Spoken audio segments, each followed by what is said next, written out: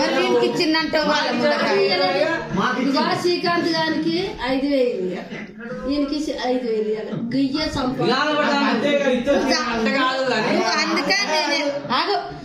అందుకే నేను అందుకే ఏమంటానంటే నీకు నెలకు సంవత్సరానికి 1000 కాదు 3,000 ఇవ్వమంటారు. అప్పుడు 6,000 మాకేం పెట్ట కావాలి. అరే నువ్వు పెట్టక నువ్వెందుకంటావు అట్లా కాదు. మాకేమొద్దు 3,000 దానికి చెప్పినాకనే వాళ్ళంటే బిడ్డ బిడ్డలు ఇద్దరికి ఇచ్చినావు కొట్టు బిడ్డకి ఇచ్చినావు.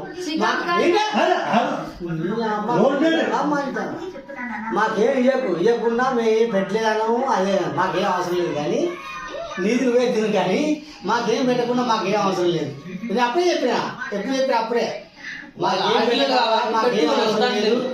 ఆడపిల్లలు ఉన్నారు కాబట్టి ముగ్గురు మా వాళ్ళకు ఏదైనా నీ ఇష్టం పెట్టుకో వాడకు. మాకేం పెట్టకుండా నీకు కాదు పెట్టేది. శ్రీకాంత్ గారికి 5,000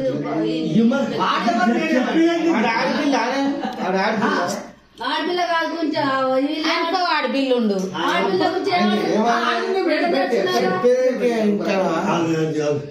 నెలకు 3,000 ఇస్తాం కదా, మంచిగా వేస్తాం కదా,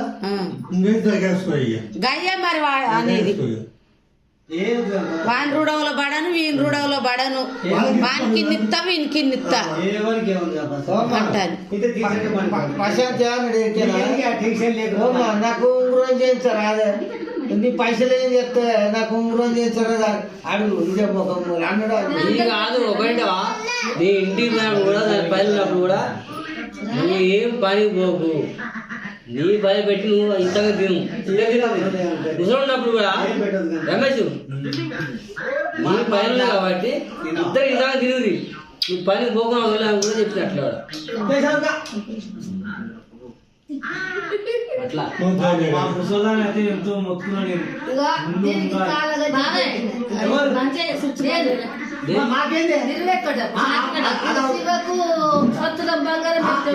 ఆమె చేసిన మాకు అవసరమా?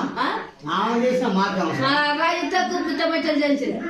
అవసరం లేదు. అరే మళ్ళా వారికి బాడకావుకు మొత్తాలు చేసిన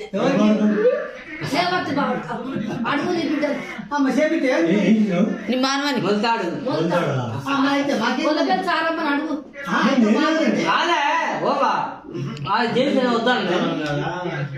చెప్తాను.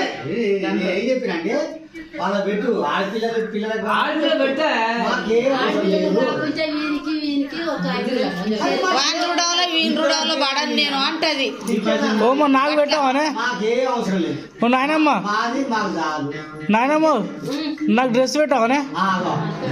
డ్రెస్ పెట్టి నాకేమైనా చిన్న పంచి పెట్టిందా?